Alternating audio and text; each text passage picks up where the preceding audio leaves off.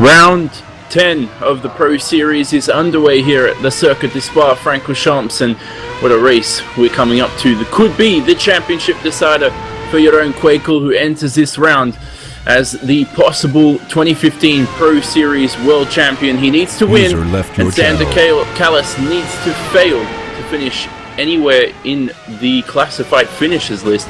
And that's quite important for him at the moment, is to at least finish this race and keep his title hopes alive. But we look at the circuit details for you. The 7-kilometer, 4.35 mile, wonderful 20-turn layout at Spa, and It is absolutely magnificent. The home of the Formula 1 Belgian Grand Prix, the Spa 24 hours. We currently head qualifying for the Pro Series with 2.5 minutes remaining. Jonny Simon in the commentary booth alongside Chris de Jong for another round. We also have Pashalis Gergis, a new cameraman on board, but welcome Chris, and your countryman, your own Quakel, could possibly take the title home, and he's under pressure, not in qualifying, but they'll at least just finish and gain some good points. Yeah, definitely. He's having a nice perspective up to this race, and I don't think anyone can say that he did not deserve it this year. He's, well, basically won, I believe, the first 6 races out of 6 before it was Michele Di Alessandro scored the first victory and took the first victory away from Jerome. So, yeah, it's going to be an interesting race to watch, nevertheless. I mean, every race in Pro is bound to have some fight of some sort. So, yeah, I'm looking forward to this. And aren't we all? It's Spa, right? Yeah, certainly is. And the technical team at FSR have done a magnificent job. We know, Chris, especially with the technical issues at Eau Rouge, where drivers really started to hit some invisible walls. They've got this circuit out for this year, and it's looking quite optimistic and quite well for the Pro Series. WC later on. For now, with 1 minute and 20 seconds left, we look at that drop-off point, and our race winner from last round, James Sadler, failing to set a time so far. He did join the session late, but at the moment he's under pressure right now in 21st position, travelling through Blanchimont. Yeah, he doesn't want to do a de Jong like de Jong did yesterday, huh? Not setting a time in the weather conditions. I had a massive problem, but nevertheless, I'm sure James will have a time in sure. And there he goes. Number of he takes the 5th time away with a 147.101, and well, considering that's basically a banker lap for him. He has one more lap to go, and he obviously put 12 or 13 liters in his car instead of a little bit less. So he's trying to do one more lap. He certainly is. Now travelling along with DRS Open across the Kemmel Straight. Looking at that drop-off point, Christian Bufumo currently holds P10. Dmitry Zaharov's qualifying session is done and dusted. He's out in P11. The same goes for David O'Reilly down in P19. 2 drivers not taking part in this session are Craig Baxter and Henry Hermsen. But right now, Chris, I mean, we look at Andrea Reconi travelling through Eau Rouge. He really needs to improve, needs to find those 2 tenths. Could be relatively easy around Spa. There's so many turns that you can gain that time. And on the other hand, lose it as well. But it's certainly now or never, and Andrea just has to show he's worth it. But it's a relatively big gap to Bufumo, who is still on a lap. Yes, he is. It doesn't seem that Jax Wengler is able to set a lap time. He's having some computer problems. He's stationary in the pit, and he will start dead last. That's not relevant for the moment. What is relevant is who is gonna get into the Q2 spots and who isn't. David Cook is doing a fantastic job in P9, by the way. He improved dramatically. He certainly has, but the problem is for David Cook each round is that he qualifies well and needs to start getting some good points in the races. Maybe at top 5 finish the goal, and Andrea Reconi there in P12 who spins and hits the wall, so his qualifying session is over, but he was not faster than his fastest time then, so he was a bit optimistic to get inside the top 10. The only other man who can do it is DeWald Nell. He crosses the line and gets himself into P8, knocking out Christian Bufumo, who is coming across the line now, who's currently fastest. He's up on his current time, and it puts him into P9. So wonderful job there at the last second, knocking David Cook off, who also comes across the line. David Cook does it though. He was pushed out when Bufumo went over the line, but he on his turn pushes Kanata out, and he manages to save himself a spot into Q2. What an action already!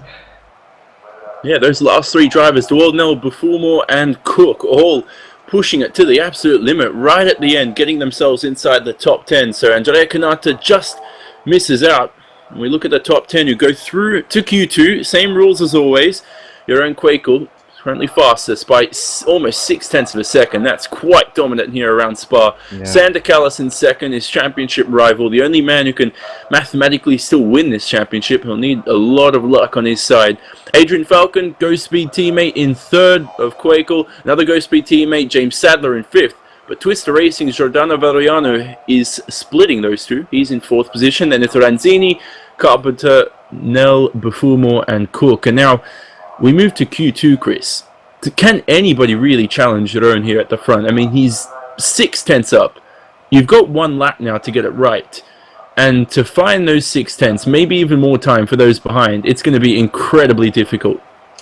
Yeah, it sure is, and I think the only person that can beat Jeroen is actually Jeroen himself, if he cocks up his lap. But nevertheless, some say, where Jeroen has found the speed, is that some say that he has had some close contact with Jax Wengler over the past two weeks. Huh? Huh? Well, we're not going to hint anything too serious right there, but Jax Wengler should hopefully be racing. He's not in qualifying at the moment, but Q2 is underway, and Samuel Carpenter goes out onto the racetrack first, followed by Giordano Valeriano, who needs a good result, Chris. He's had an up and down season. He's in Twister, a team that's dominated this year, and he's learnt from a few guys in that team who have won WC races, dominated the top division. So you guess you could say he needs a good result to finish this season, not just in this race, but at Singapore in 2 weeks' time, and also the Circuit of the Americas, Suzuka, the rest of the racetracks. Yeah, definitely. I mean, he has some good examples in his team. We all know the dominance that Twister Racing is forcing themselves on into the WC category. Therefore, he cannot use any excuses that he doesn't have the right parameters around him. Definitely a talented driver, not really talented what he did in Austria, but we all have our ups and downs, so to speak. Huh? And well, as long as he learned from that, I think he's a fantastic driver. He certainly is. He's currently heading himself around turns number 13 and 14. Head towards Stavolo, but in front of him we'll watch Samuel Carpenter, currently in P7 in Q1, who will charge towards Blanchimont right now to start this Q2 lap, Chris, and conserving the tyres on the out lap, and then straight away at the final bus stop chicane, not really a bus stop anymore, just a chicane, he's going to have to really push to begin his lap. He sure has to. And he's I'm gone really, straight really off. Curious what the order will be. He's gone straight off the racetrack. Sorry to cut you off. He's almost pushed it too far, but he's recovered to begin his lap right now. And he heads and throws the car into La Source, trying to get onto the throttle now. He heads towards Eau Rouge. On low fuel though for these pro guys, Chris, it's going to be quite easy to manage this car compared to those in WC who have to carry around 200 litres of fuel in the race. Yeah, agreed. Certainly so. As Carpenter heads towards the end of the first sector, looking for around a 30-second mark here, a 31.2 for him, so not bad. Just needs to improve on a little bit in the middle part of the lap, a 31.2 also for Giordano Valeriano. Look at a couple of other drivers behind who set their time. Bufumo's on an out lap. DeWald Nell is heading out of the pits, and Quakel and Callas will now also head out of the pits at the absolute last second. But for Samuel Carpenter, pushing very wide to the absolute limit on towards Pouon, he's going to have to really finish this lap off strong to get himself anywhere near those top times. Yeah, well, the sector times might not say everything in Spa. I mean, there are people that are choosing for a more downforce and a more comfortable setup instead of top speed. But there will be guys that will do the other way around, and therefore the times in sector 1 and 3 might fluctuate a little bit.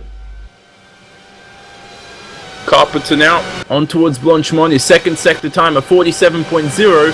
For Valeriano, it was a 46.6, so he's currently around 4/10 faster than the Origin front row racing driver. Ranzini has made a mistake on his one and only lap, and he is out of Q2 right now. And Carpenter, very wobbly on the exit, crosses the line with a 47.1. Let's see Giordano Valeriano, who will beat that with a 46.7. Good laps to start the session, and we wait for a few other drivers to cross the line now. James Sadler is coming really close as David Cook is entering the straight now. 47.238 for him. James Sadler's turn next to cross the line. He sets a 46.4, grabs pole position away, but can any of those guys behind beat it? We know Ranzini is out. We wait for Adrian Falcon, who'll be next to cross the start-finish line, a 31.0 for Sector 1, 47.4 for Sector 2. That puts him actually quite off par for pole position. But he had a top speed of 330 there. 330 in Sector 3. Which is incredible, isn't it? Puts him in P3, only 4/10 off pole. So maybe in the race, Chris, he can make his way past a few people here. Yeah.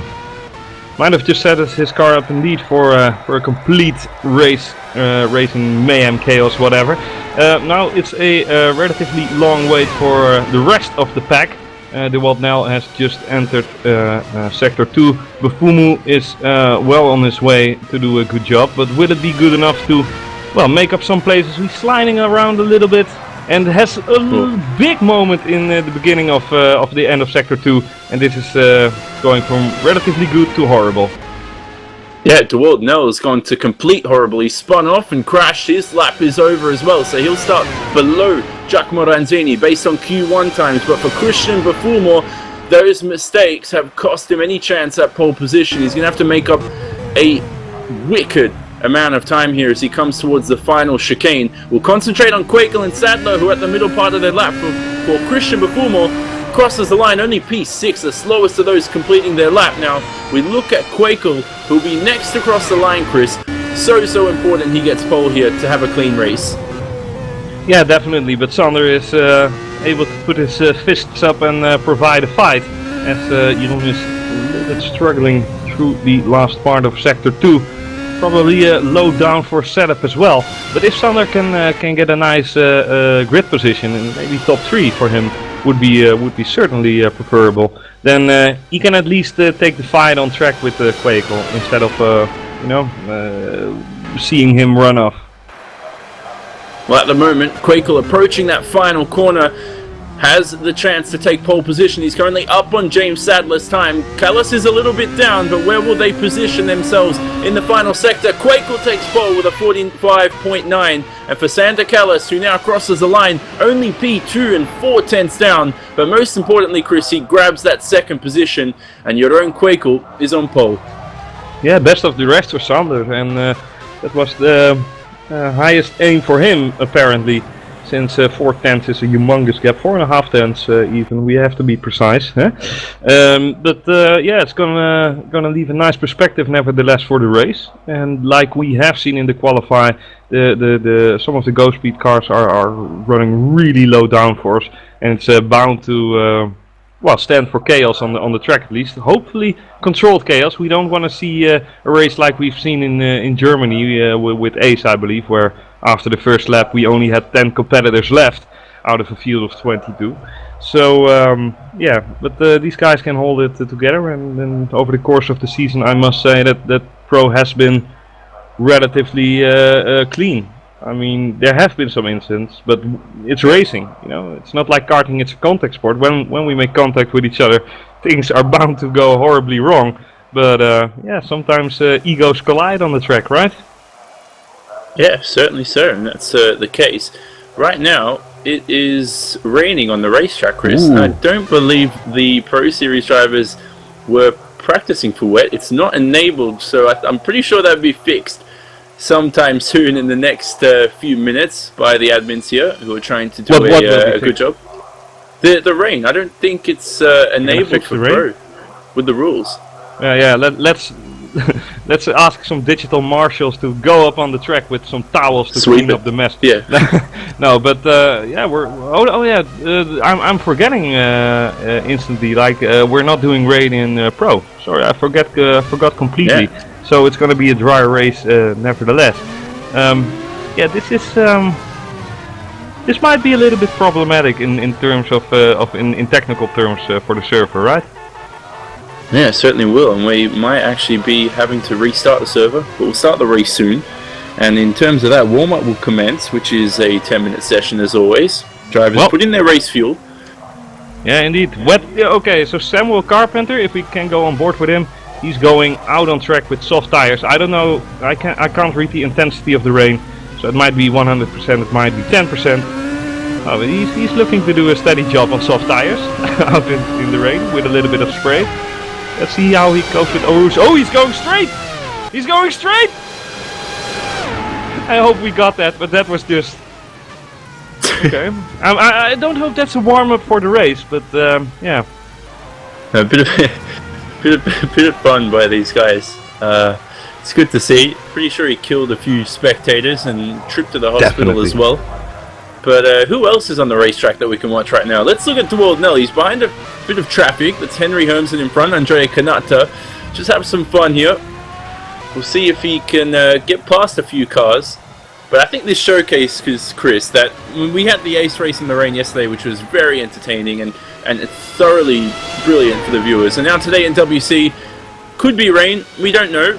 The forecast is really could be anything. So I mean, it's good to see that eventually in the future we'll hopefully get rain in Pro, as Dewald Nell has a huge moment. And it will make things a lot better for us entertainment-wise. Yeah, true, but we already have the entertainment in Ace and in WC indeed. WC is bound to have a little bit of rain for you guys watching at home. The weather predictions are, well, as they are now on the track, so and it's not going to change. The chances of rain are just going to intensify. Yeah, coming back to your question, I think it's good to have Pro without rain. I mean, it's the rookie category, so to speak. Although we have seen a lot of drivers that are even able to run up WC level, like Quakel and Callas as well, and James Hatter, if he puts a little bit more speed into himself and corner logic, then I'm sure he will be able to do the job as well. But yeah, in terms of consistency, I think it's important to have at least one category that has dry weather, or at least a step-in model, so to speak. Yeah. Well, we're still waiting to see what will go on, but I mean, we talk about this race as well coming up. Quakel on pole, Callas alongside him. The start here, it's going downhill, and we know Quakel last round bogged down, had that pretty much stalled start at Monza, caused some huge chaos behind. Definitely. It won't necessarily happen today because you're going to have extreme wheel spin, starting downhill off launch control. Well, launch control is basically a form of traction control, so you shouldn't have wheel spin at all. So, don't know what you're on about, to be honest. Yeah, well, if you use the TC override. Oh, like that. Yeah, well, then indeed, you override the traction control and your back wheels are just going nuts. But yeah, we have seen that in real life Spa as well, where people, even Max Verstappen, last time in Spa, was rolling a little bit downhill before the start of the race. But yeah, it wouldn't be problematic here, I think. But what might be problematic is indeed the server status. I don't know what's going to happen. Mike Partington, the admin of the server, is literally saying, guys, please bear with us while we sort the server out. I'm sure the sorting out will be done eventually.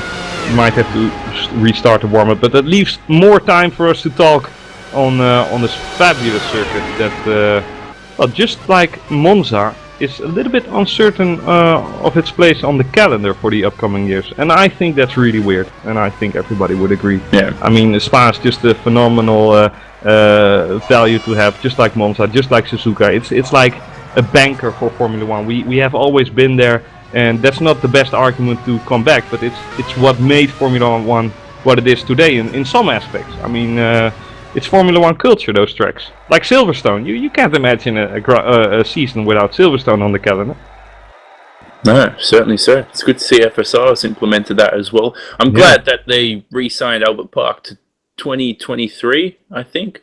So that was released there. So, but that's not one of the classic tracks. It's a great racetrack. I love it. I live very close to it. But classic for our generation, though.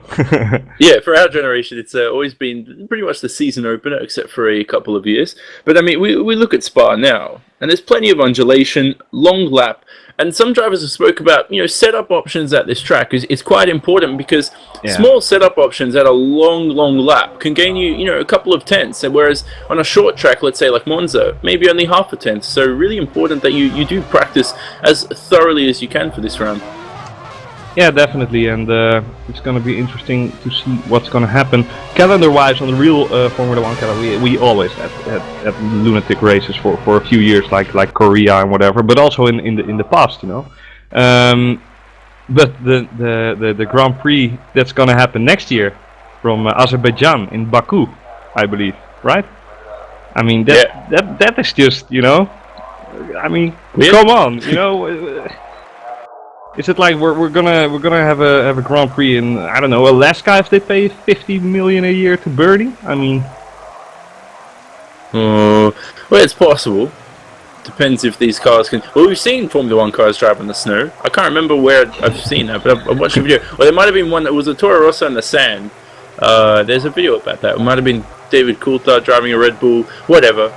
Well, I have a nice idea for the calendar in 2025, and that's the Grand Prix of Pyongyang, North Korea. I mean, that would be that would be awesome. Imagine North Korean Grand Prix. Yeah, that's. I'm pretty sure they don't even know if Formula One exists. But I didn't know there was a North Korea, by the way. But that's all right. You didn't know there was a North? Well, if there's a South Korea, there's bound to be a North. But no, there's. They are qualifying for the World Cup football though, and they you know. Well, let's just stop the talk about North Korea, Chris. It's far enough now. What is going to happen is that we are going to restart the server once more. Jonny and I are, well, sure, apologizing for this hold-up, but it's creating a little bit extra tension as well, isn't it, guys? So hopefully we are getting treated by one heck of a show by these drivers, huh? Hopefully so, and I think, you know, what implements the challenge for these guys right now. I mean, they're developing themselves, as we mentioned, every week in the Pro Series. Now you head through something like this. You're ready to race. The adrenaline is pumping. And your mood changes. You know, it's hard to keep the same rhythm over this 10, 15-minute delay. So, I mean, drivers who may be focused during qualifying can lose that during the race. And, you know, it could be visible at the start. Those who are, you know, a bit hesitant, a bit nervous because of everything that's happened. But, I mean, I guess that's why these drivers are here in the Pro Series, to learn to control their emotions and to control, you know, their mindset during a race. Yeah. And it's difficult for some, and it's someone that, you know, naturally... Some of them are savants at it, and they're just perfect, and they're born to be great mentally. Right. Yeah, true. But what's also good in that aspect is that these drivers are a little bit allowed to make mistakes from time to time. I mean, it's the Pro Series. If you do some mistakes. That have been done in the season in Pro. For instance, Australia was a horrible race with backmarkers that didn't know the principle of the blue flag. If you would do that in WC, you know, people would really look at you and think like, you know, this is unheard of. You cannot act like this.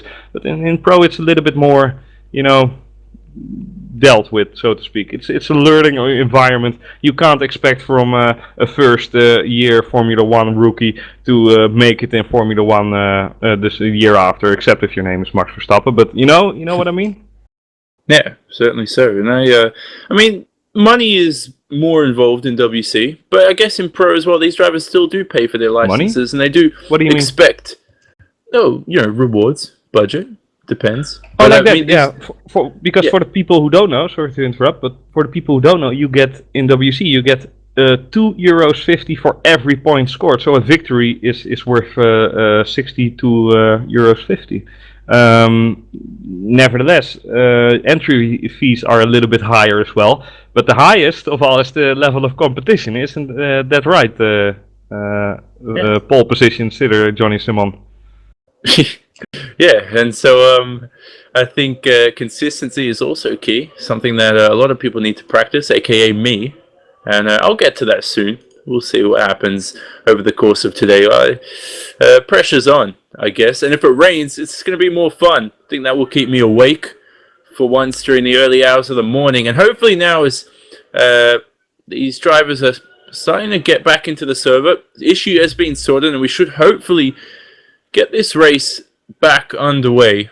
Well, you should get a bucket of those tiny finger cups of really strong caffeine coffee they serve in Italy. You should just get a bucket of that and be like, you know, I'm gonna finish this race. I'm gonna win it. You know, I'm gonna be the next generation here. But yeah, you certainly have the speed, and I'm sure you do a good job in Spa. Did you practice a lot? I did in the first week. I was very busy with work and other university studies, everything like that. But I think I practiced around about the same I did for every run. I wish I had more time, but we'll see. If that's the case, that probably means I'm going to crash again. If it's the same as every other run. At least you have your excuses ready, like a pro driver. So, I mean, yeah. Yeah, I don't mean that bashing, but every driver, every top driver always has an excuse for something, you know, because it cannot possibly be him. He's the best, you know, and that's why I love top racing drivers. For instance, I love Schumacher in the back. Didn't really love his actions on track from time to time, but he was a true winner.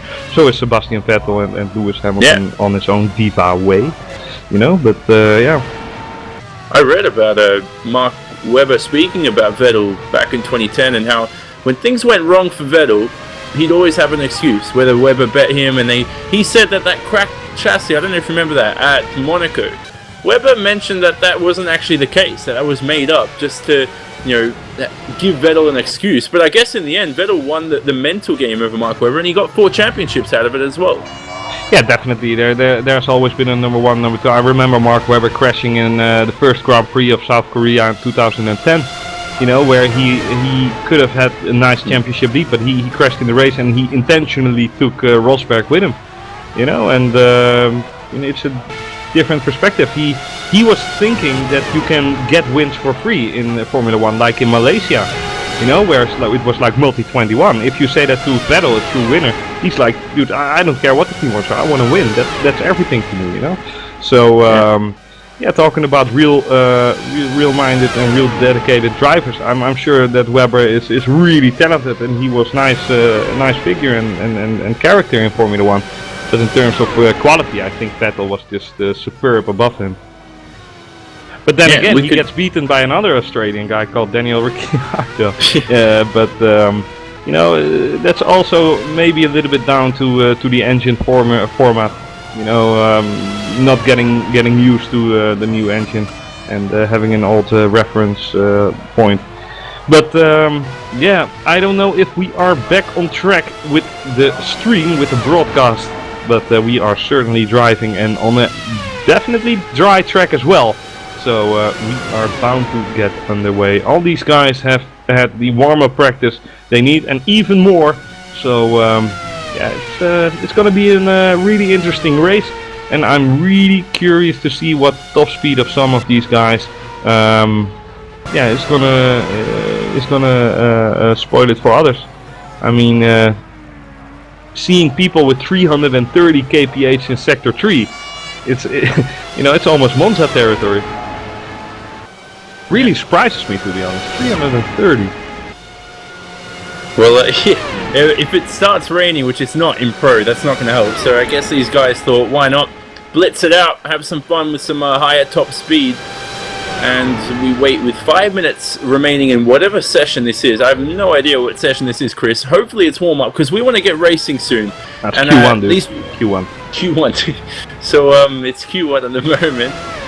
We look at the championship standings anyway. We'll cover this right now. Quakel's on 362 and Callas second place on 208. So as we spoke about before, Quakel can win the championship if he takes the win today in the race alone and Callas does not finish the race. It doesn't matter what position, because whether you finish outside of the top 10, you still get 10 points for a classified finish.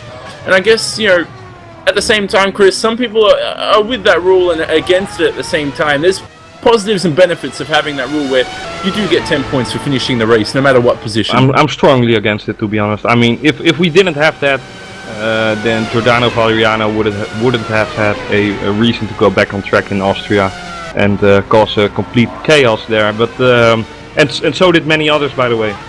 I mean, we have seen plenty enough guys that drive back on track without a rear wing, which is beyond repair with heavy suspension damage.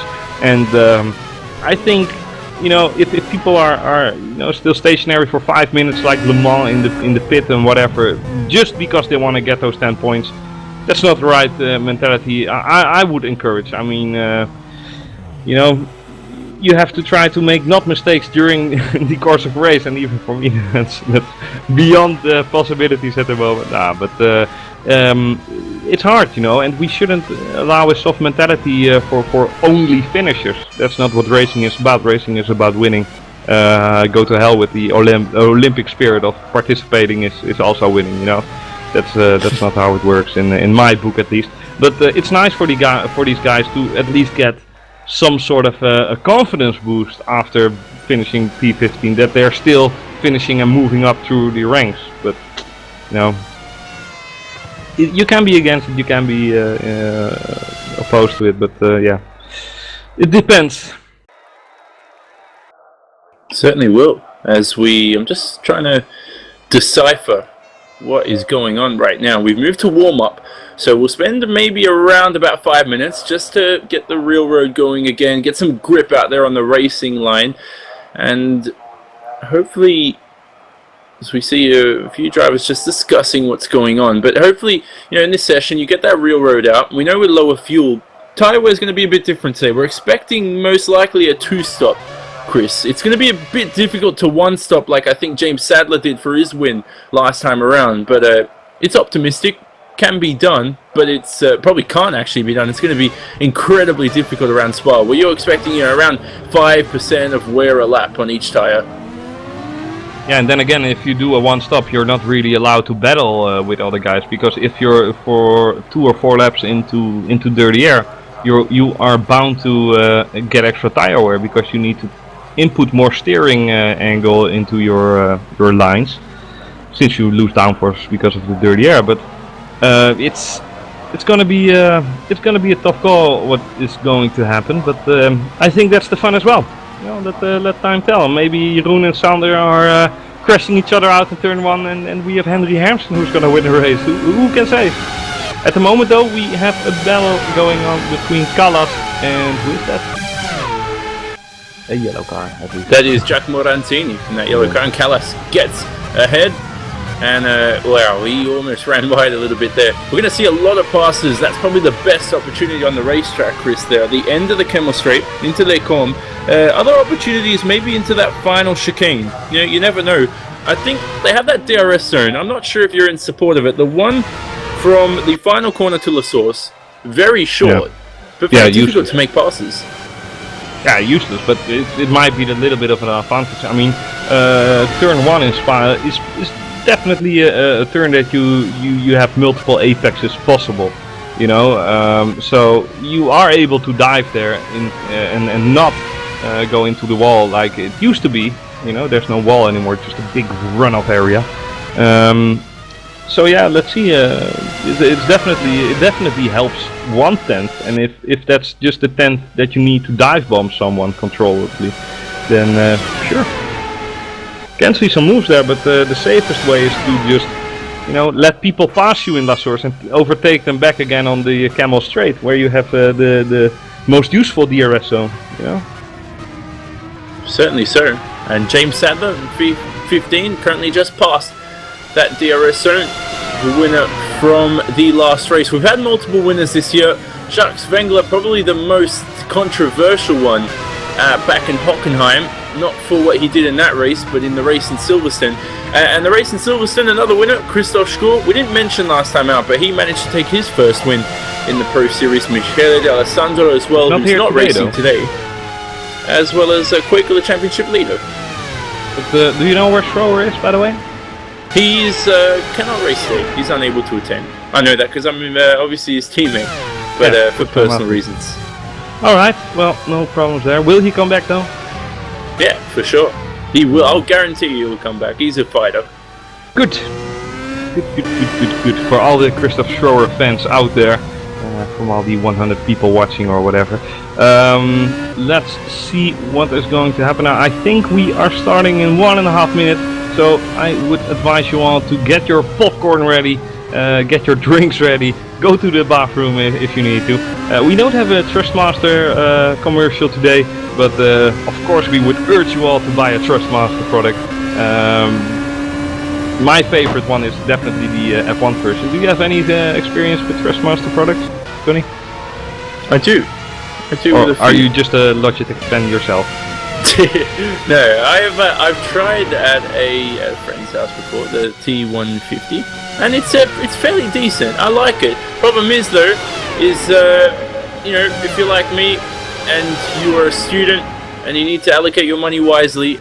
Yeah. I'm going with my wheel I bought 5 years ago, but it's good to have Thrustmaster on board for another year, and it's good to see them also sponsor of a couple teams out there here in FSR, and thanks for them to be on board for 2015 as well. And if you want to get involved, if you want to get involved on the action, visit the new Formula Sim Racing website, formula-simracing.net. Join in on the forums. You can join in on all the action, half price for the remaining races of the season.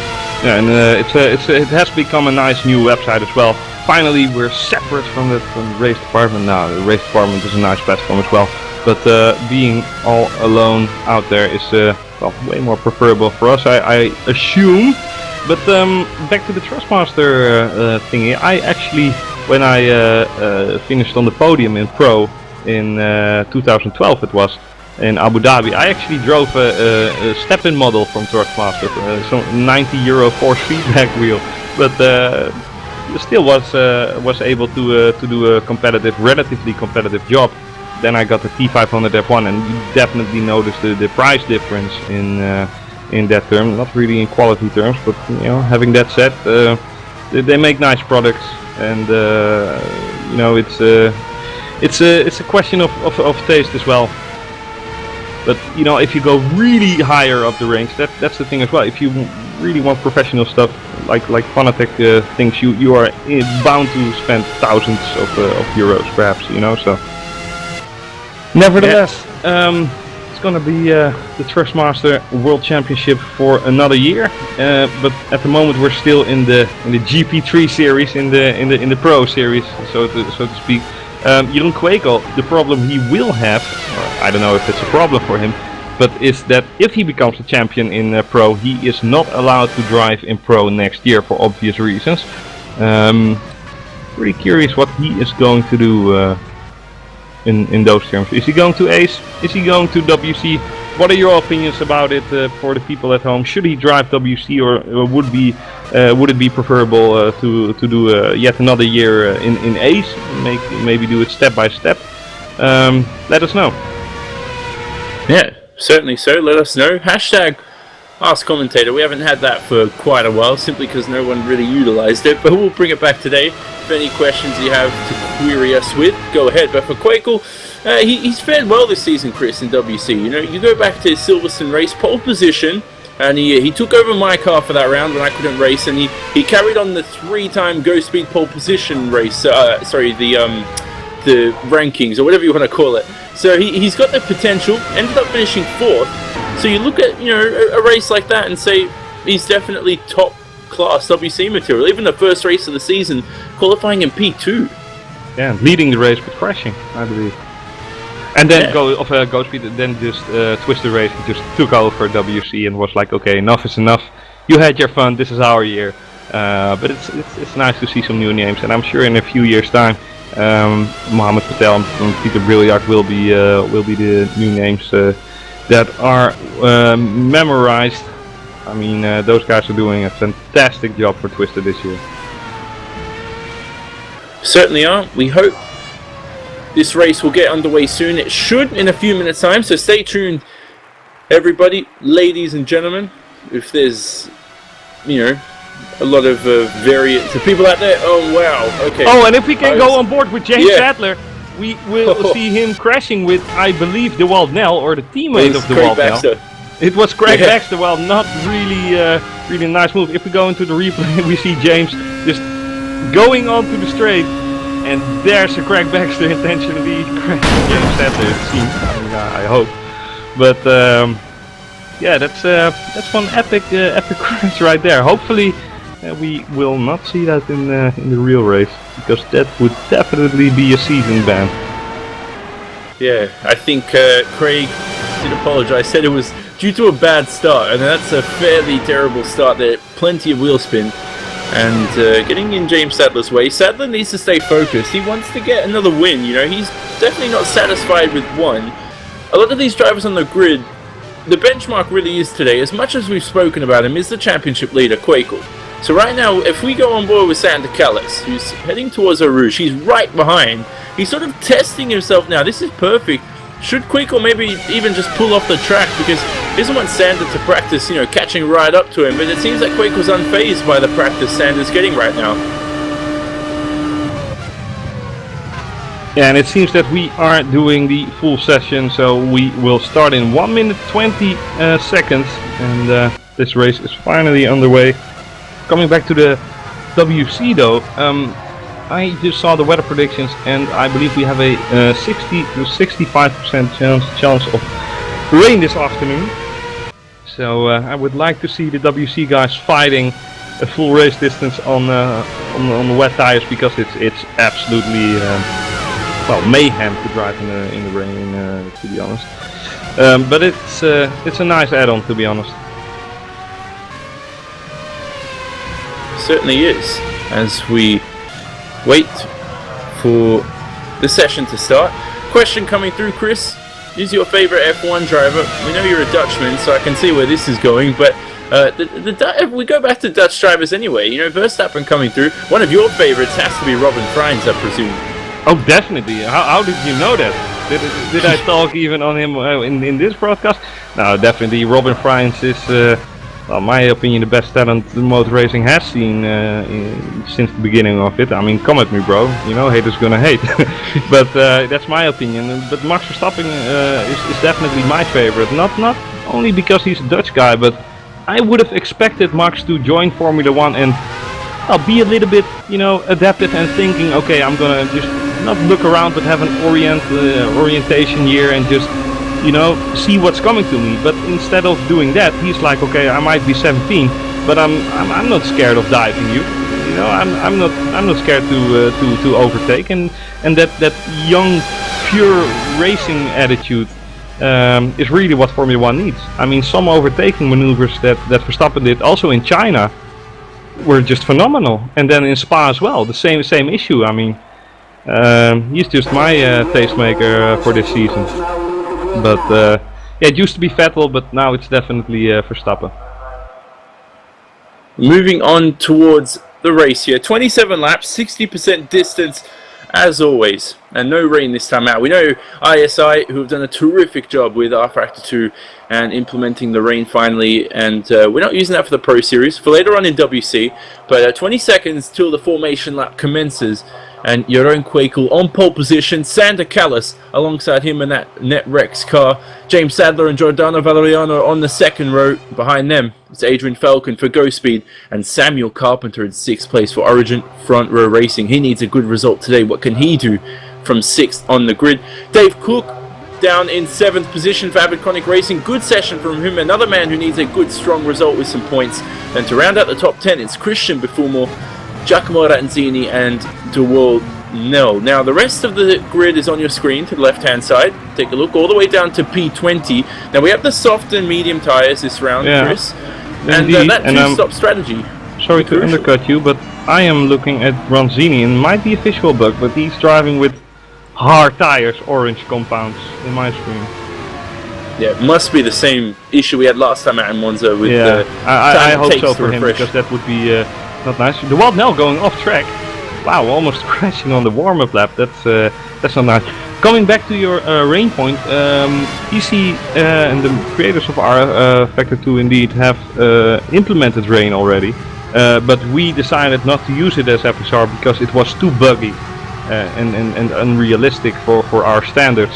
And since we hardly do any race restarts in this entire season during any race, we want to give the best possible environment and for us drivers and for everyone trying to join. So, you know, finally it's steady enough to be implemented. Let's say that.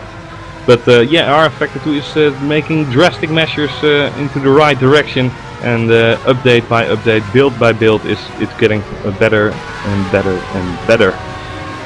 So, what are your predictions for turn 1? Is Sander Callis gonna jump Jeroen after that poor start in Monza? Is he gonna do it again, or? We'll see if Fiorone has actually worked on his starts over the past 2 weeks. That's the interesting question. Two guys who aren't optimistic for a clean start are David Cook and David O'Reilly, the two average Chronic Racing teammates, electing for a pit lane start. So David Cook's great qualifying performance in P7 has not taken the grid. He'll start in the pit lane, obviously, as I just mentioned. I don't understand that, sorry, but I don't understand it, and I also don't respect it. If you qualify 7th, you're not going to start from the pit just because you are afraid of chaos in turn 1, right?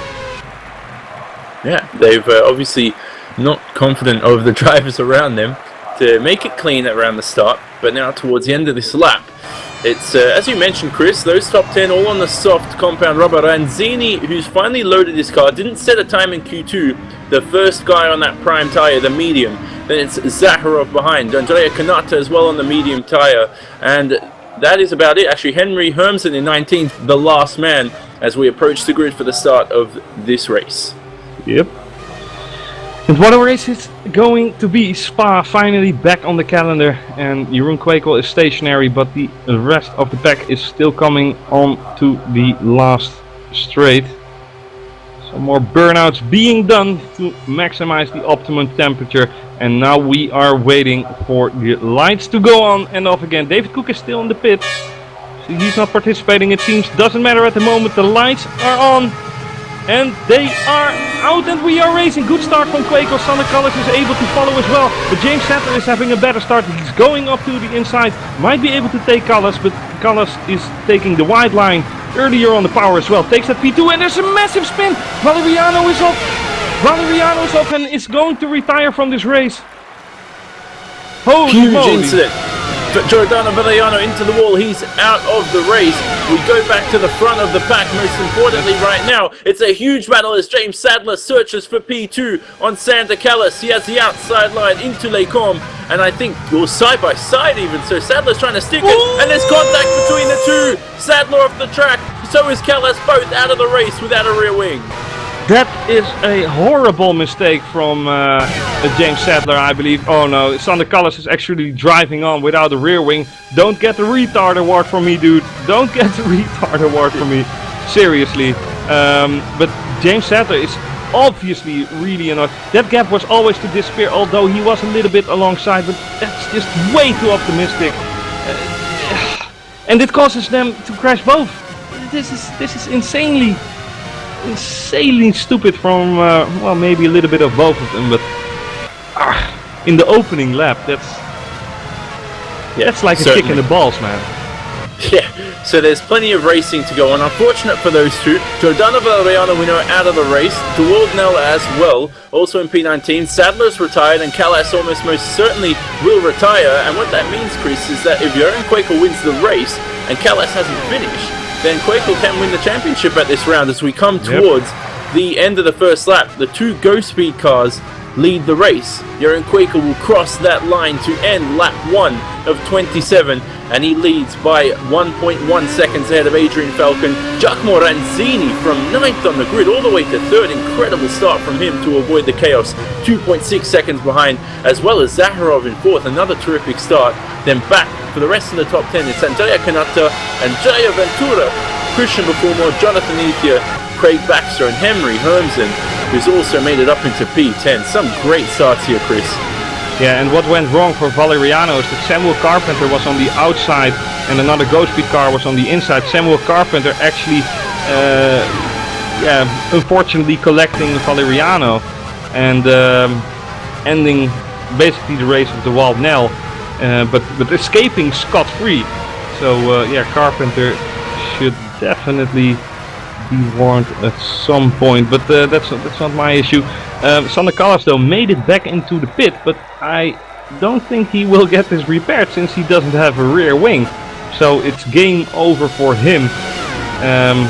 Obviously he tries to repair the damage. He knows he cannot fight for a point position, but indeed if he finishes the race, or at least gets within 5 laps behind, you're still classified, it seems. He tries to get those 10 points and keep his championship alive, but he has to be realistic. Without a rear wing, it's not going to happen. Yeah, you never know what could. Yeah, certainly so. You never know what could happen. Anything, miracles can occur. You never know, as Adrian Falcon's losing 10th by 10th to Quaker on the lead. Now he's got a bit of a chip on his shoulder here as we end lap 2, Chris. Falcon's had a few chances over the past couple of seasons to win some races. Yes, his teammate is in the first place and he's going for the championship, but Quaker doesn't really necessarily need to win. You know, he can also wrap up the championship in any of the remaining rounds. So Falcon's going to battle this out. He's going to want to beat your own and grab that first win of his FSR career. Yeah, he will definitely aim for it. If we watch on board with Adrian Falcon, I am really curious to see what his top speed will be in comparison to Jeroen Kwekels. Well, Jeroen is hatching out 335, and Falcon is actually doing 331. So, you know, in 2 hours time, Jonny Simon will have a top speed of 335. Right, Johnny? Yeah, maybe so. Maybe so. Me and Jeroen run similar setups, so that could certainly be the case. But 335? Are you insane? Well, as long as it's working, I mean, okay. It's working. I heard your lap times. It's faster than yours, I'll tell you that. I even heard your WC guys, so we're confident. But nevertheless, we'll let 2 hours time decide that for WC. I'm sure talking does nothing for us. There's a big lead right now. Guys who are doing letting their racing do the talking are those two Go Speed drivers in first and second, 4.4 seconds ahead of Giacomo Ranzini in P3. But we mustn't forget, Chris, so Ranzini is in a good position here. On those medium tyres, he's going to probably switch on to the softs for the second 2 stints. Yeah. He can get his a great podium here for the Aventa by Pescara team. He can gamble as well, though. He can gamble and just take it easy from here. Maybe let Dmitry Zaharov and Kanata's on medium tires as well, so is Zaharov. But maybe he can gamble for a one-stop if he preserves his tires. And I think it's doable if you really watch your right foot. If you do 14 laps on medium or 15 laps, then the other 13 or 12 are basically a piece of cake with 50-60 liters. But not for you, Jong. No, I know, but for them. Another man with a great start is David O'Reilly in 12th place, who started from the pit lane. So as Callas is out of the race, he came out of the pit lane I was watching, and his car is obviously way too undrivable. So right now, Sander Callas out of the race. He comes out 4th retirement here on lap 3 of 27. David Cook has a great run here on Mihailo Vicentovic on the Kemmel Straight. Flicks on DRS as that's enabled for the drivers, and he'll sail past Mihailo right now. And Vicentovic has had an up and down season, but lately as he tries to attack back at the last second, he loses that position to David Cook. Lately, Mihailo Vicentovic, Chris, has been consistent, and he's been doing a great job. His carpenter also wants to make his way through the field. Yeah, definitely, and he even got the top 10 finishing in what was it, Austria, I believe, with all those retirements. Yeah, he's doing a steady job and improving day by day, and eventually then he will reach success. Let's hope for him he can improve faster than all these other guys, because it's a really competitive environment in Pro this year, and that's what we cherish as well. That's what we want to see at home. A little bit unfortunate with the Callas and Sattler there, but yeah, you go for a gap, and you know, sometimes you win some, sometimes you lose some. But unfortunately, with a racing car where things can break off, you don't get a second chance. Like I said, we hardly restart any races, so it's really unfortunate for both. Certainly so. Nevertheless, Jeroen Kwekels isn't sorry mate, but Jeroen Kwekels isn't driving away from Adrian Falcon as I would have predicted. I mean, considering the pace he carried in qualify, you know, you would say like a second a lap to the rest, but you know, he's driving away with 5/10 lap. I mean, any racing driver would shine for that. David O'Reilly, though, what happened there? Mihailo Vicentovic overtook him. David O'Reilly went out of the way for his teammate, David Cook, but then got overtaken as well. So yeah, but I remember in Austria. I remember in Austria where David O'Reilly crashed David Cook. You know, that was he forgot to brake. Remember that? That was a horrible moment for both. But as Samuel Carpenter also makes his way up into P14, David O'Reilly falling through the field. He told me before the race he wants a consistent great top 10 finish. He's going to have to fight for it today as Vucenovic and Carpenter. Samuel Carpenter here, Chris, is not having a good time passing Mihailo Vucenovic. It's not easy. He's going to have to really push and be aggressive right now. Fight for that position, and Mihailo is really trying to push to gain, or stay at least in P13. Samuel might have sustained minor damage from that turn 1 incident. But not too many, I'm sure. All his wing and plates are still where they should be, and it's now a battle between him and the dirty air and the defending Mihailo Vucenovic that is eager to get into the 10th spot, but he is going wide, and that leaves Samuel Carpenter to go through, and he almost lost the car completely there. Managed to keep it on the road, so brilliant save for him, but it is costing him a position and definitely 2 seconds out of his time.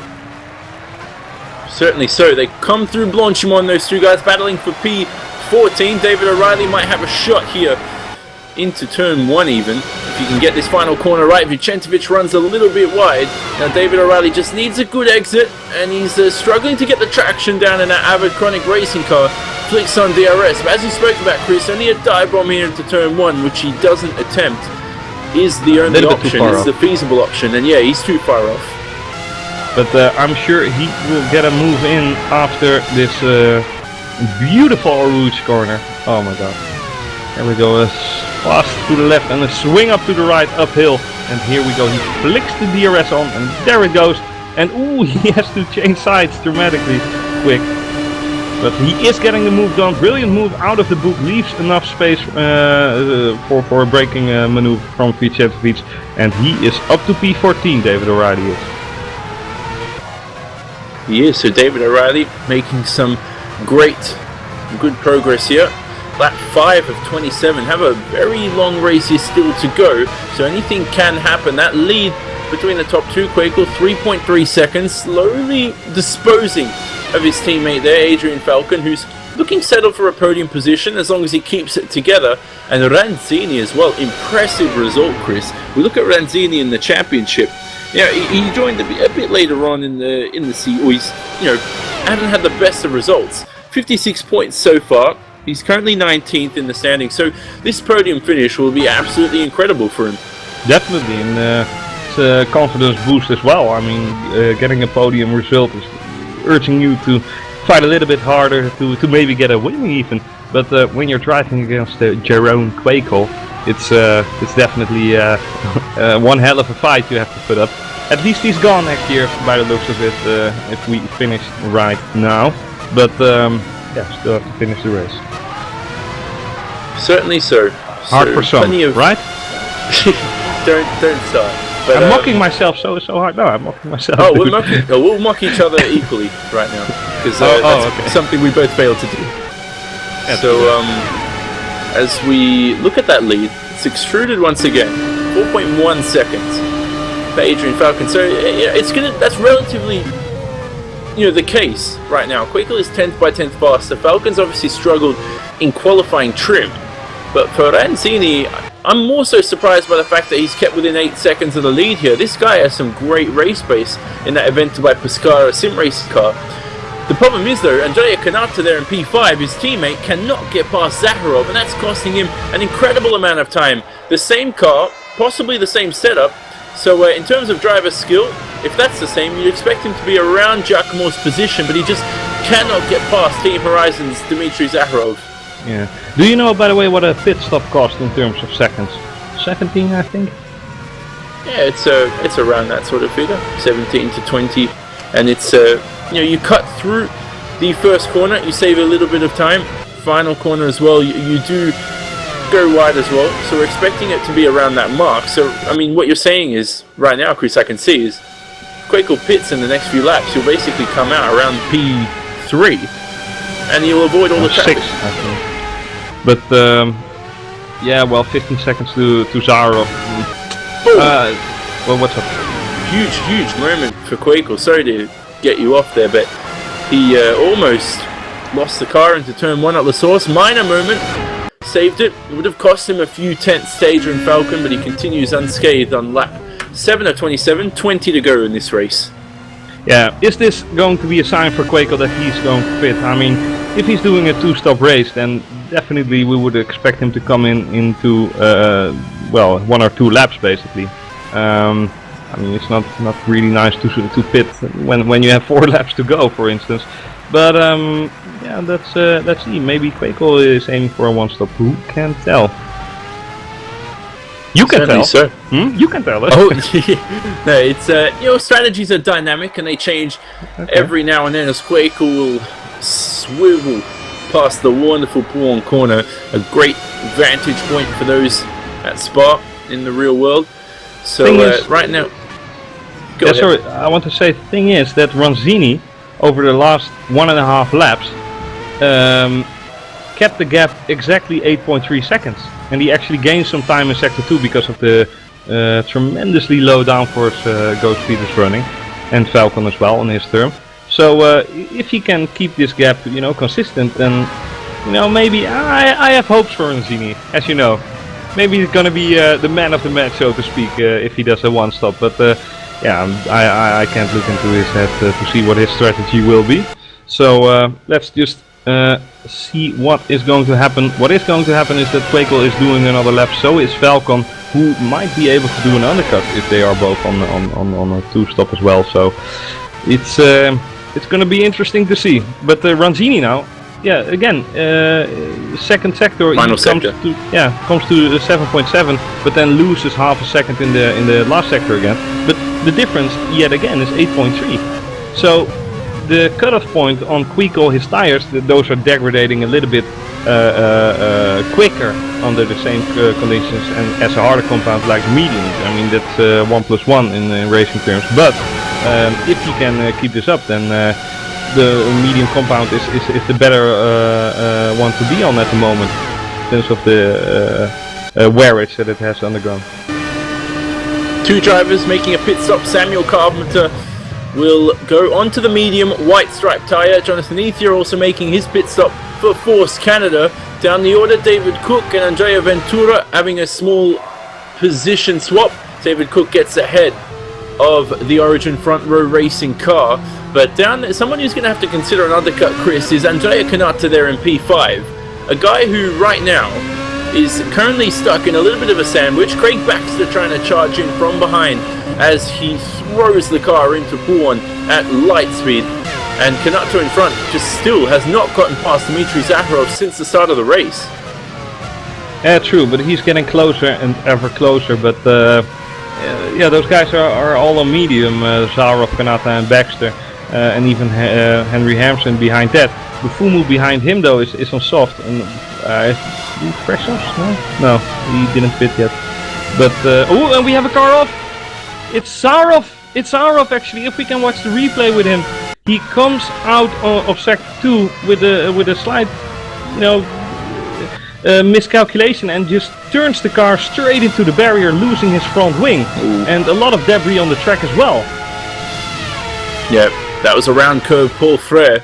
So Zakharov now he's going to go straight into the pit lane. Fresh tyres, and that's quite disappointing for him. He had such a promising race as Adrian Falcon has also made a pit stop onto the soft tyres.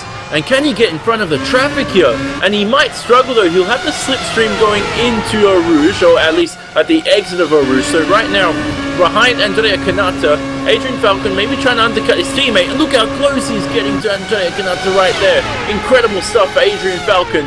He's going straight ahead into P3, and that was lucky for him, Chris, because if he was stuck behind traffic, he wouldn't have gained the time he needed on his teammate as well.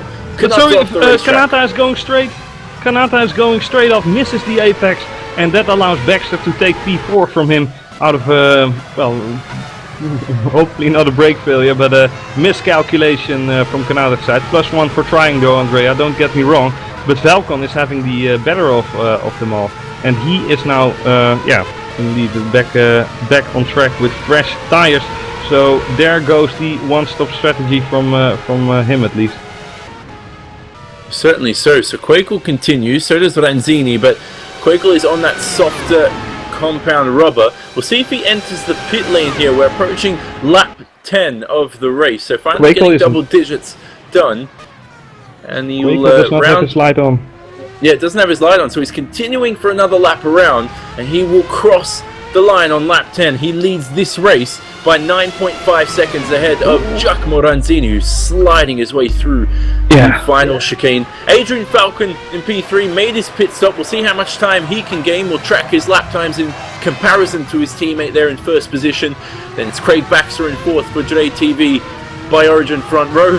Eventer by Pescara's Andrea Canutta in P5, rounding out the top 10. It's Henry Hermsen, David Cook, who started from the pit lane, into P7, and J.R. Reconi, and J.R. Ventura, and finally David O'Reilly in P10. So right now, Chris, we're waiting for a few guys to enter the pit lane. Oh, it's very hectic at the final corner now. Carpenter, Vicentovic battling once again, and Bufumo may have DRS here on David O'Reilly, searching for the position up the inside. He goes for it, a huge lunge here, and he takes away P10. So David O'Reilly drops down to 11th, and will O'Reilly actually have the slipstream here?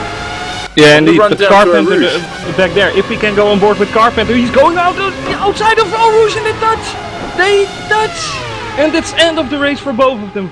I have no doubt that's the end of the race for both of them. If we can go on board with Samuel Carpenter, you see him going up to O'Reilly, and O'Reilly is just slowing down. I don't know, I would forgive Samuel for trying that, but then they make contact, and they both end up in the wall like a true Jacques Villeneuve.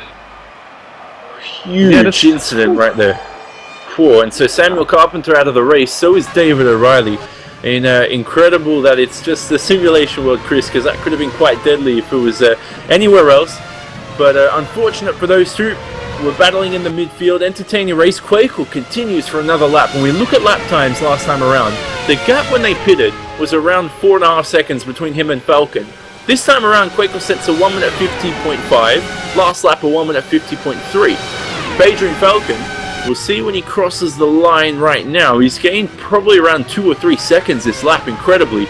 So right now, crosses the line a 1 minute 48.5. So he's gained 2 seconds there on his teammate. That's a big chunk.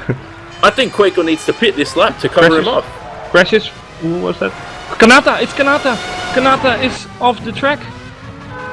Just gets hit by it is Henry Hermsen. Holy so moly. I think it looked like Canutta lost the car, and Hermsen wasn't expecting the speed difference. But Ventura's in the pit lane, or he was. Andrea Canutta also in the pits. Probably a bit of damage to repair. There he's sitting in his box for so long, Chris, and he drops down to the last position, currently running on the racetrack. And look at Zaharov here and Jonathan Ethier. Zaharov's going to have a great run here on the Force Canada car. And while this is all happening, hopefully maybe see the leader pit. But look at this, Eau Rouge and Zaharov out of the race. Huge incident on the entrance of Eau Rouge. We're seeing a comical amount of errors so far in this middle part of the race, Chris. Yeah, and it's, wow, that's just insane. He was sort of alongside, but he didn't, he could have braked maybe, but he also didn't expect the Force Canada car to close that gap so tightly. But he was clearly alongside, is what we call alongside. If your front wing or front wheels are alongside the rear wheels of the next guy, you should, of the guy in front, you should definitely leave a little space. Maybe the Force Canada car didn't expect that. Nevertheless, he is out, and Jeroen Quakel is in, since he is into the pit. So 12 laps done, 15 laps on the medium compound. That is going to be a one-stop strategy. And you're stunned by that fact, I know. But nah, he's definitely going for it. But that's also a little bit covering, because he did have the gap to Ranzini. I mean, 9 or 10 seconds even after the end of his stint. And plenty of room. Adrian Falcon though tries to make life a little bit hard for Jeroen Quakel. What will they do? Will he have DRS? Indeed he does. I mean, yeah, but for the detection point I was a little bit confused where that was. He is on the outside though, Quakel on the inside, but he lets him live, and Adrian Falcon takes the place for now. But Jeroen Quakel is a tough cookie, he won't easily crack. Uses his head though, and gets slots in on P3 at the moment. 13 drivers yet in contention. A lot of retirements, like you said earlier, Jonny. Jantovic is into the pit. This could work out quite well. What's Vicentovic doing? Think about it. Vicentovic in... No, he's just trolling in the pit. Oh, he's missed his box. I think he can't find it. Look what he's doing. I think he's missed his box. He's going to get disqualified. A country mile. He's disqualified. What? What's he doing? I mean, intentionally disqualifying himself. This is what I've never seen in my entire life.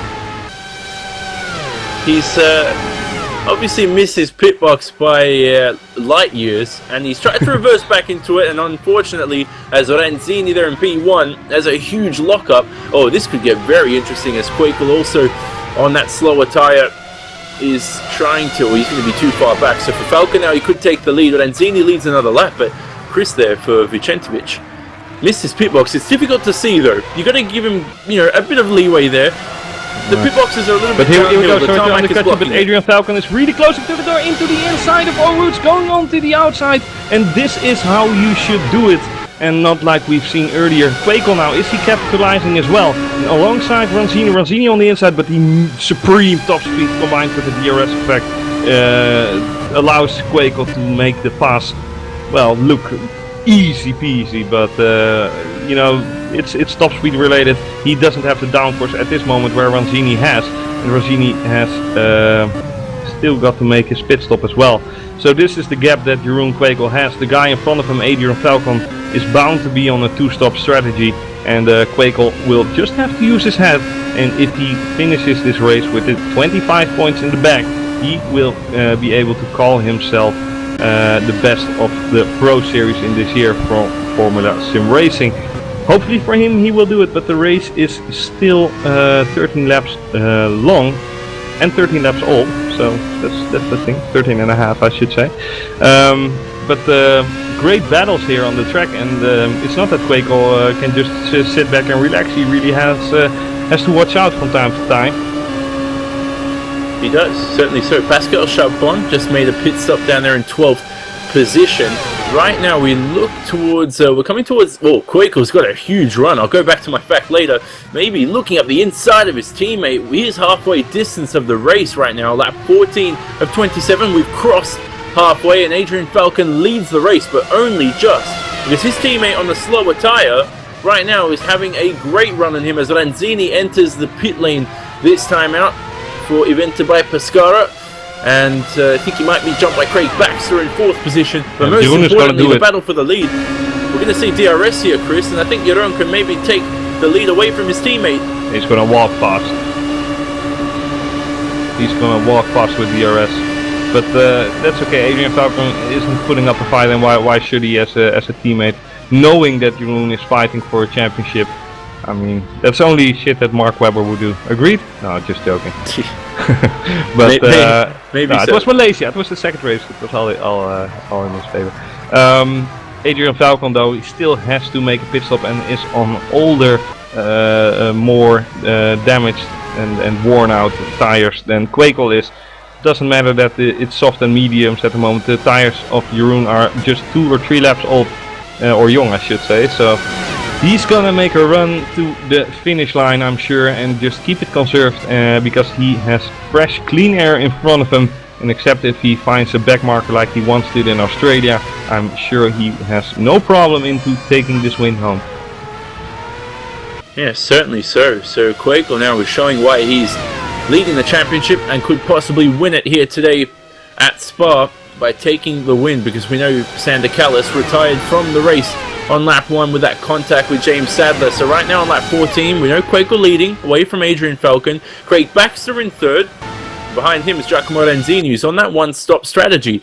And the 2 BBR Light for Racing cars, Andrea Raikkonen and Christian Bufumo in 5th and 6th. Henry Holmes in 7th.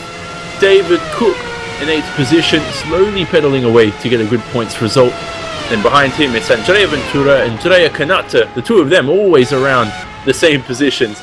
And then Jonathan Ethier and Pascal Chapon, the remaining guys on the lead lap. The remaining runners in this race. Craig Baxter enters the pit lane for Origin Front Row. Quickly look up for the retirements. Dmitry Zakharov at Eau Rouge. David O'Reilly and Samuel Carpenter with that unfortunate contact as well. The same goes for Kallis and Sadler, DeWaldnell, Valeriano and Mihailovic, Centovic, obviously with that reversing incident in the pit lane. Here we go, Chris Baxter out of the pit lane in a little bit of traffic here. Yeah, definitely, and David Cook is passing him when he's coming out of the pits, and David Cook is actually back where he started, in P7. Good job after 15 laps. Could have just started the race, but you know, your call. Craig Baxter though with the DRS and with a little bit of a toe is able to close up, and he has the inside corner. David Cook is hanging on to the outside though, and he does so superbly. Craig has to use his head and knows that this race is still 12 laps old and possibly well, fighting a podium. That's a little bit too fast said for me. Ronzini is fighting in that third spot at the moment, and it's still 12 seconds towards him. Nevertheless, we have seen many things happen this race, and there's bound to be happening some more things, I'm quite sure. But for Craig it's important to get past David right now, to get his tires to the maximum potential of his stint. Yeah, certainly so, and that's going to be very interesting towards the remaining 12 laps as it ticks over to 11 laps remaining in this event as Quakel crosses the line for lap 16 of 27. He goes through La Source, a 1.7 second lead over his teammate. You know, going back to that Vettel-Weber thing at Malaysia, apparently Vettel in his contract had a clause or had something that mentioned where he's not allowed to be told team orders. So smartly he passed Weber, and he used it as a defense mechanism with his lawyers and agents later on, so that Red Bull couldn't penalize him. So I think when you speak about smart champions, and yes, it's not ethical, but you know, you got to win and you got to do whatever it takes. You know, not cheating like a few people. But sorry to cut you off, but I mean, he clearly beat them on track. If Weber thinks that he can get a victory because his teammate allows a victory, he should drive IndyCar, you know, or something like that, like stupid NASCAR where they bash each other's heads in after the race because, you know, they cannot use words there. But you know, it's Formula One. You want to win. It's the highest form of competition. I mean, you know, if you're driving in the same team, or if you're running in the same team for 100 meters, you're not gonna say, okay, you take the win because I like you so much. No, I want to be the champion. It's sport, man. Come on. Yeah.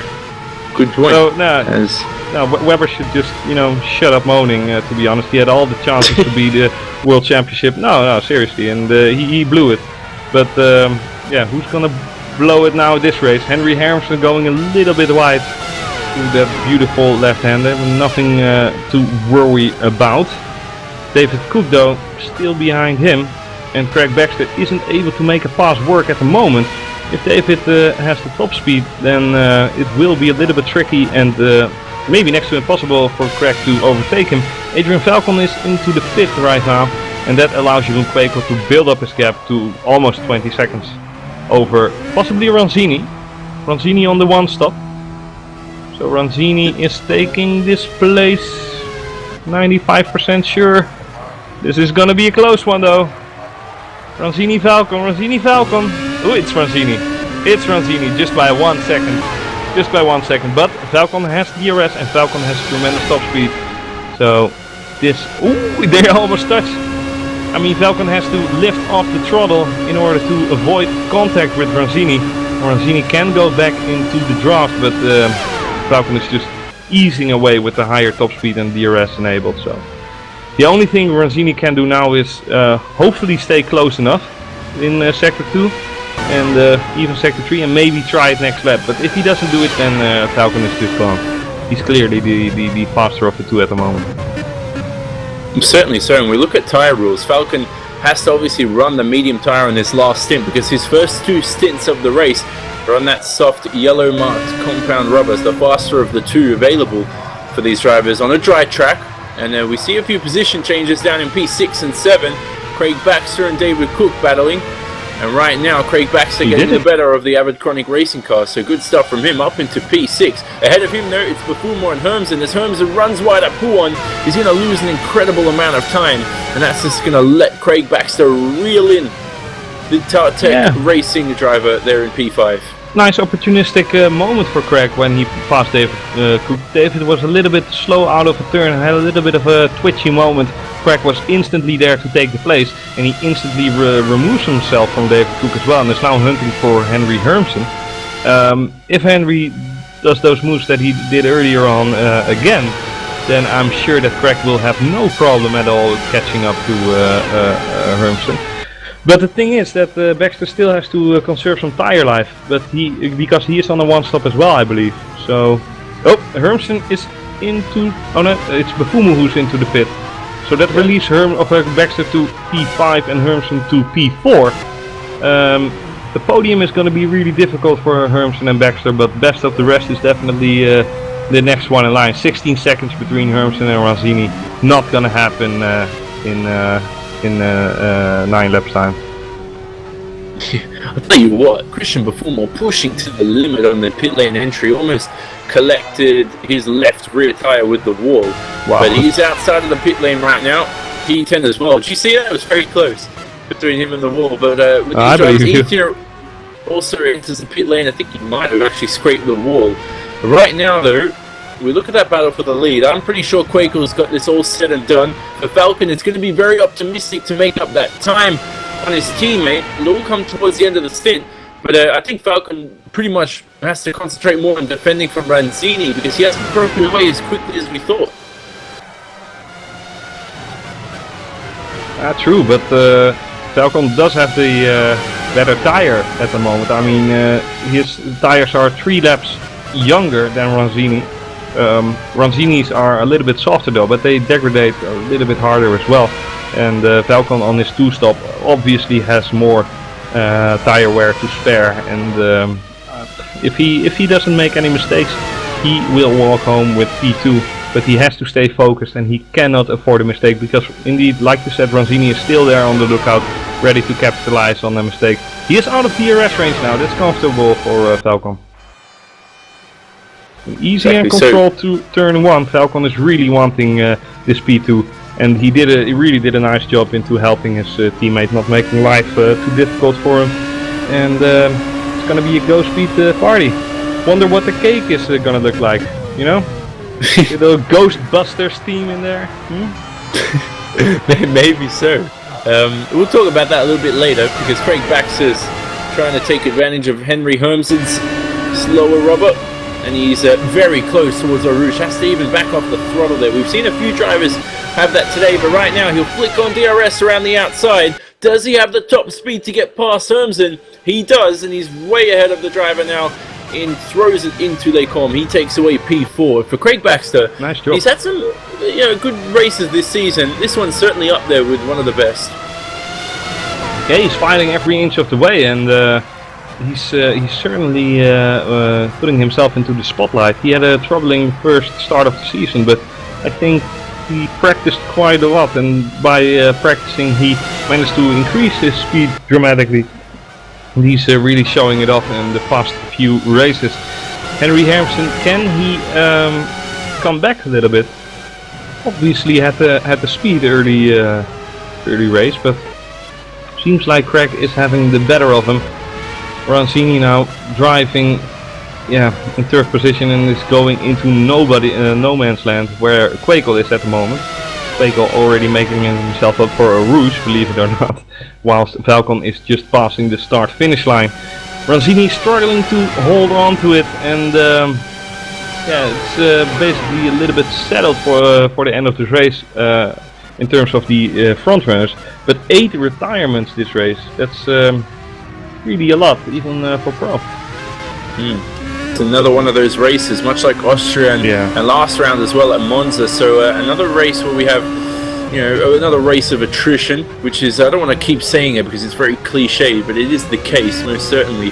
For Baxter and Hermsen, as Ray Courtney gets very loose on the exit of the final corner. Hermsen's tyres are 3 laps older, so Baxter has that extra freshness. Right now, he's not going to look back because David Cook's lap time last time around, a 1 minute 50.0. For Baxter, a 1 minute 48.9. So I think certainly so. Baxter, 16 seconds to make up to P3, a little bit unrealistic. He's certainly got P4 settled and done. Signed, sealed, delivered for him.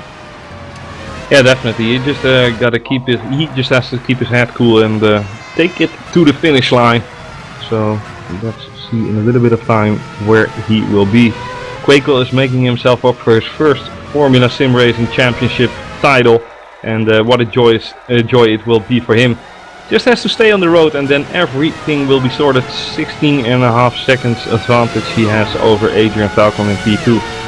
So and what a tremendous race it has been for now, and as we are settling to the end stages, I'm sure we get one or two more battles, but definitely in the midfield, so to say. Certainly, sir. As we look at lap 21 of 27, and Quakel has begun, wrapping out or rounding out this race. Falcon crosses the line 1 minute 48.3 and Quakel 1 minute 49.0. So that essentially confirms, Chris, for anybody who had doubts, and I'm pretty sure that was 0% of people, that Quakel is on par for another win here in the Pro Series. And he started off the season well, 6 for 6, but after that, got into a little bit of trouble in terms of not getting pole position in qualifying. The races didn't go as smoothly for him, but this one fairly straightforward, pole position, and he's out and away. That's why qualifying is so important. Yeah, true, and that's also why I don't understand and also respect the decision of David Cook to start from the pit after he qualified P7. But nevertheless, maybe he can explain me why you would qualify P7 and still lose 20 seconds waiting for the light to go green and everyone to pass in the pit. But yeah, it's an obnoxious decision in my opinion. Imagine yourself doing that, Jonny. You're in WC, you qualify 5th and you think, I'm gonna start from the pit. No, not a good decision, right? Of course not. But he has his reasons. Maybe the doorbell rang, I don't know. That certainly could have been the case. Maybe he had to forgot to go to the toilet. You never know. But nevertheless, 5 laps to go right now as Quakel approaches that final chicane. He's just going to reel that car in. The very weird, getting that final corner, closes in on you on the exit. Using a bit of the curb there, he crosses the line. So here we go, 5 laps to go in this event. And Quakel leads by 15.7 seconds ahead of his teammate Adrian Falcon in the other Go Speed car right there, the Go Speed Engineering sister team in the Pro Series. Falcon's teammate James Sadler out of the race there on the first lap, but in P3 it's Giacomo Ranzini. A terrific race from the Italian, right up there for one of the best drives of the season, getting a podium for himself. Craig Baxter, another solid performance in P4. Henry Hermsen in 5th. And we have David Cook, who, as you mentioned, Chris, started in the pit lane. Could have been up a couple of positions at this race had he not. But he's still getting a decent result, maybe so, in these remaining 5 laps. Andrea Ventura and Raikkonen in 7th and 8th, then rounding out the rest of the classified cars as Hermsen almost loses the car on the exit of the source. Yeah, he's really twitchy at the moment. And who's dive bombing? It's Christian Buffon. Really a pure dive bomb into Andrea Raikkonen. And Raikkonen able to see it coming. But that was really, really weird. Now though, they are up to Eau Rouge, and I have no doubt that with DRS, Buffon can make a move in. Raikkonen has unbeatable top speed, but here we go, flicks the DRS on, gets closer and closer. Raikkonen goes defensive onto the inside, Buffon on the outside, and outbraking from Raikkonen as well. Good job from him. But earlier on, I mean, I thought like, what is Buffon doing? That was a way too big gap for him to dive in turn 1. Yeah, as these two teammates battling it out right to the limit right now. Buffon doesn't really seem to have the top speed, and Andrea Raikkonen is taking advantage of that. So Raikkonen pitted on lap 17 for Christian Buffon. He pitted on lap 19, so his tyres are 2 laps fresher. And don't forget, Raikkonen is on the medium compound rubber, whereas Buffon is on the faster soft compound rubber. So the advantage for Christian Buffon, as David Cook also made his way past Henry Hermsen on the Kemmel Straight. For Cook now, he started from the pit lane, Chris, but he got his way, if he can get his way past Craig Baxter in 4th, he essentially maybe would have nullified that effect, because 3rd is a little bit of an optimistic position, whether or not he started the race on the grid. I don't think Craig will let him in the upcoming 4 laps that are remaining, to be honest. What I also just realized, we have 3 Italian drivers in Pro with the name Andrea. Andrea Ventura, Andrea Raikkonen and Andrea Kanata, both in P7, 8 and 10. But yeah, Andrea Ventura having the better of them all. But yeah. Certainly so. And There's quite a good Italian grid here. Giacomo Ranzini as well. It's just unfortunate, Chris, don't have any Italian drivers out there on the field Formula 1 grid. So we'll hopefully see them. Jano Trulli, I think, maybe was the last one, if I can recall. I love it when he put his machinist hat on and he just started the Trulli train. You know, he was like, all aboard, you know, all aboard for the Trulli train. And it was epic in those days. But yeah, no more with DRS and passive curves. Burs, or whatever you want to call it these days. And well, for Trulli, my favorite Trulli train was Singapore in 08. It was 09. I can't remember what year, but he had a huge train. Probably, you know, going back from Singapore to back to his hometown in Italy. Who knows? That was a long train. So for Quakel now, with 3 laps remaining, looking towards the championship, Chris, and I mean, it's been a flawless season for him. He maybe, almost certainly would make up that step to WC next season. And right now, he's used Pro as that stepping platform. He's dominated the series, and what that will mean is going into WC, most likely for 2016, he'll have the confidence, mostly, of many of those drivers. Yeah, definitely. He already drove some races this year, and even in the lead in Australia, I believe so.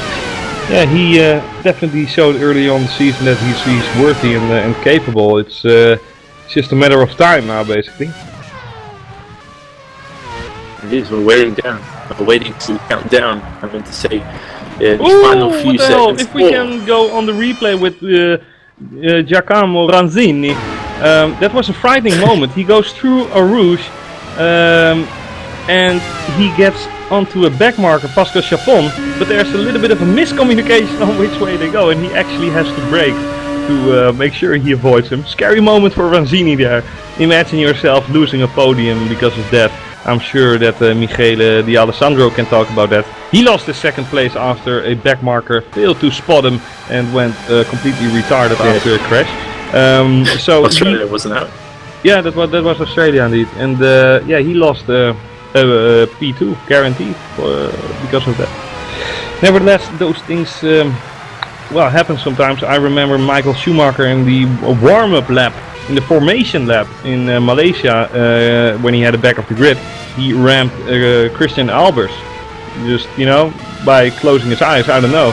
But even Michael Schumacher makes stupid mistakes. David Coulthard spinning in the warm-up lap of Monza 94, but then you talk about a big-chinned Scottish guy. I mean, you know, but nevertheless, sometimes accidents like that happen, even to the best. Like Senna crashing in Monaco 88 with 40 seconds into the lead. Yeah, anything. Oh, there was that race at Monaco. I always forget the year when nobody wanted to win, but that's obviously another situation. Olivier Panis won with 3 guys remaining on track. Yeah, there was those races. I think it was Panis. I'm pretty sure. No, there was another race.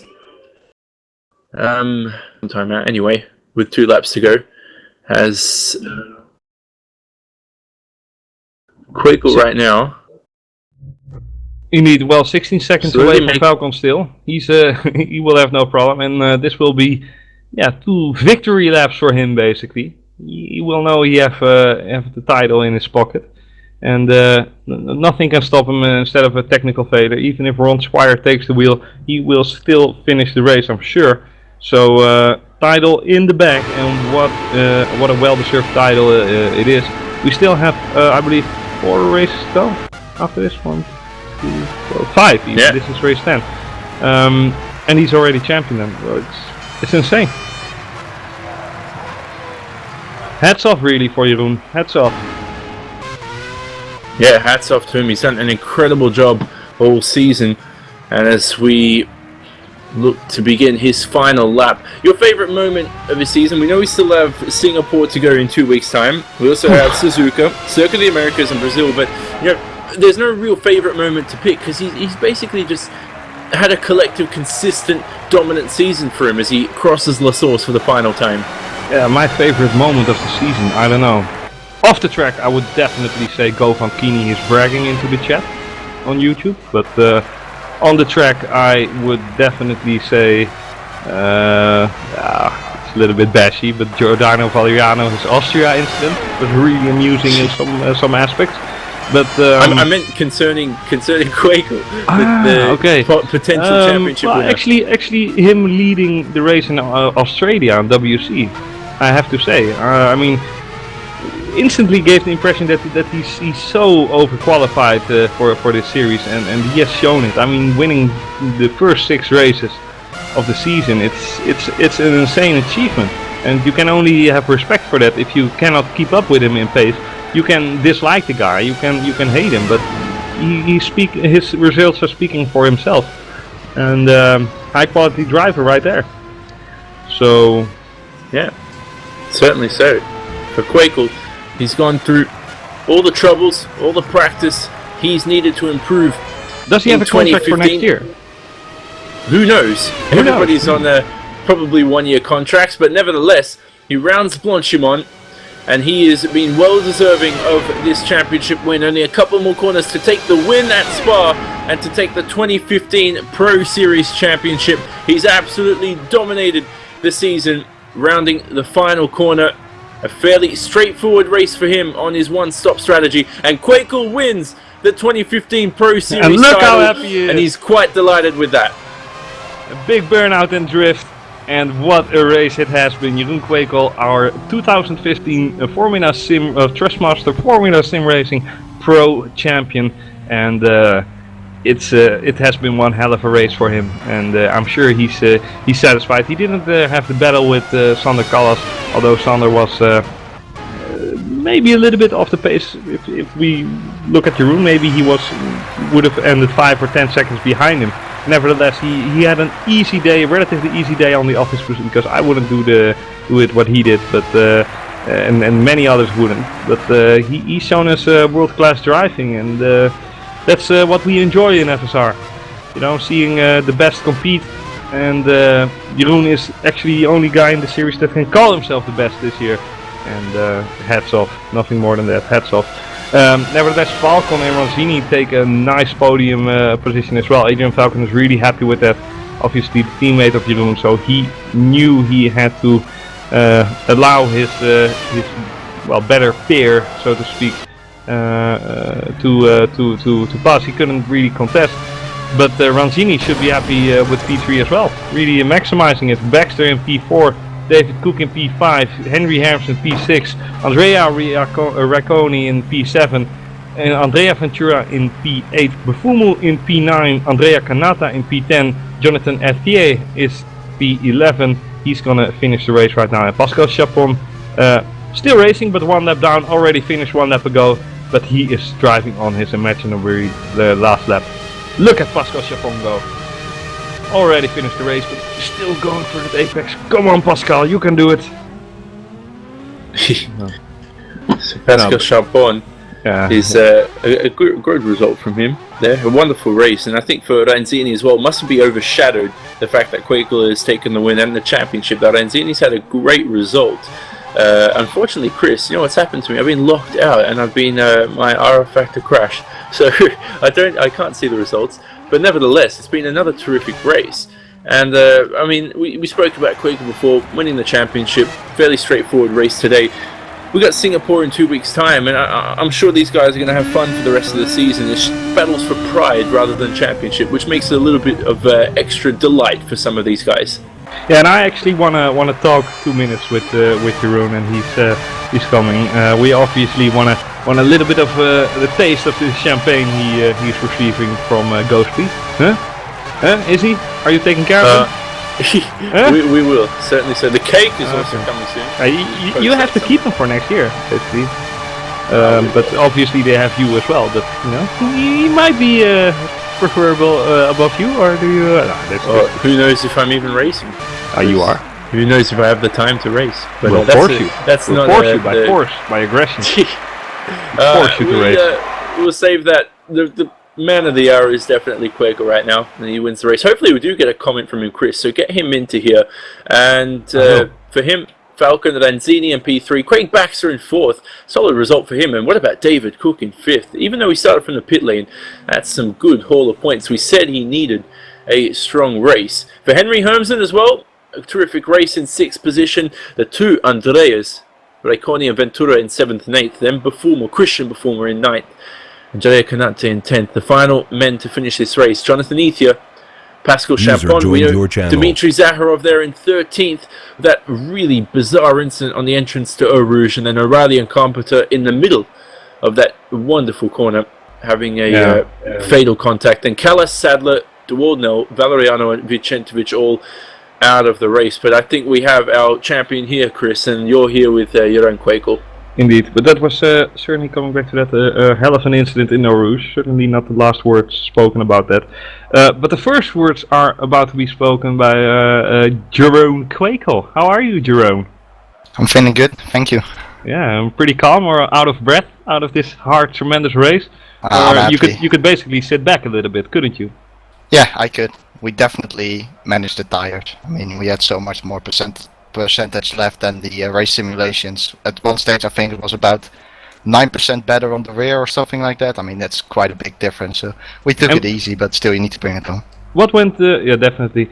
What went through your head when you saw on the first lap that James Sadler and Sonny Callas crashed each other out? What went through your head? I saw it in the mirror. I don't exactly know what happened, of course, but when you see it happening, I immediately said to my engineer, Sander Span, and then my engineer... And then your engineer was like, bow down for what?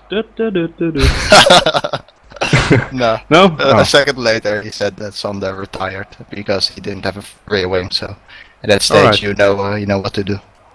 So, Thank you. I think we both congratulate you with a fantastic win today, and not only in the win, you won the season after winning the first 6 races as well, and maybe 8 races out of 9, I believe, with Michele Di Alessandro winning 1 race in between, causing you your first point loss, so to speak, after 7 races. So yeah, sublime victory. But now comes the most important point of the weekend for you, next to racing, and that is the commentary, in WC. You're with us in half an hour? Yes. Oh yeah, definitely, I'll join you. Yeah, it's like a Top Gear lap for Formula 1 drivers. I mean, you can win a championship, but you know, if Rubens Barrichello beats you in the Top Gear standings, you know, how good are you? Thank you for the messages as well before the bus stop. Thanks you. Oh, you received those? I was like, what if he spins off ruffling on the track, you know? But no. I whispered when Jeroen was in the final sector of the final lap. I whispered to him, let Michael pass for his championship, like Jean Todt once said beautifully to Rubens Barrichello. But glad you could appreciate it. At least you had a 16-second lead, so nothing. Yeah, no issues. You have any questions, Jonny? To your superior teammate? Joking. Joking. That's certainly the case. No, that's the case though. He's won a terrific championship. I'll speak to him in private. He's done an incredible job. I think publicly, there's no need to talk him up. He's done. How could you say it? You know, he's done his. Let's put it like this: his racing has done the talking. I think that's the perfect way to say it. So, in the end, we will. Probably wrap up. Any last words, Jeroen? Are you still going to be racing the rest of the Pro Series, or maybe making a step up? I'm definitely open for WC if GoSpeed needs me.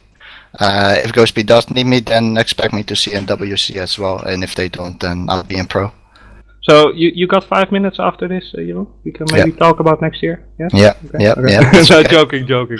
Well, it's okay. We can go. But I don't go that far. Nah. No, but let's wrap up for now. We are back in, what is it, 35 minutes, I believe. Isn't it? For WC. Yeah, 6 o'clock. We are back, maybe 6 minutes then, since we don't have our favorite Samwise Gamgee with us this day. He's helping people in Greece or whatever. Not joking. Yeah, for now, thanks for watching. Hope you like the show. Hope you like our new champion in Pro, Jeroen Kwekel. Thanks Jonny Simon for the commentary. Thanks Pashalis Gergis for the camera work. Hope you guys enjoyed it, and we will see you. Jeroen and I are on the commentary in 40 minutes time, and we hope to see you then. Bye bye for now, and thanks a lot for watching.